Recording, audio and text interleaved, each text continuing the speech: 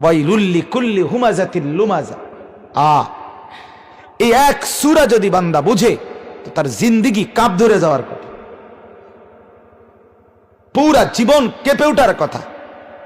জাহান্নামের আগুনের এত ভয়ঙ্কর বর্ণনা আল্লাহ তাআলা আর কোন সূরায় দেন, এই সূরায় যেটা দিছে, এই সূরায়ে হুমাযার মধ্যে আল্লাহ তাআলা বলে, নাফরমান, গীবত করেছো, পরের নিন্দা করছো,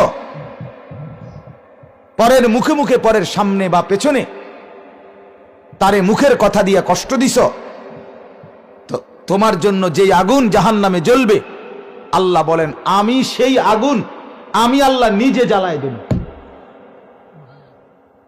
নারুল্লাহিল মুকাদা, আমি আল্লাহ আগুন জ্বালায় দেব বেটা। আল্লাহ তাআলা বলেন, আজীব কথা শুনেন।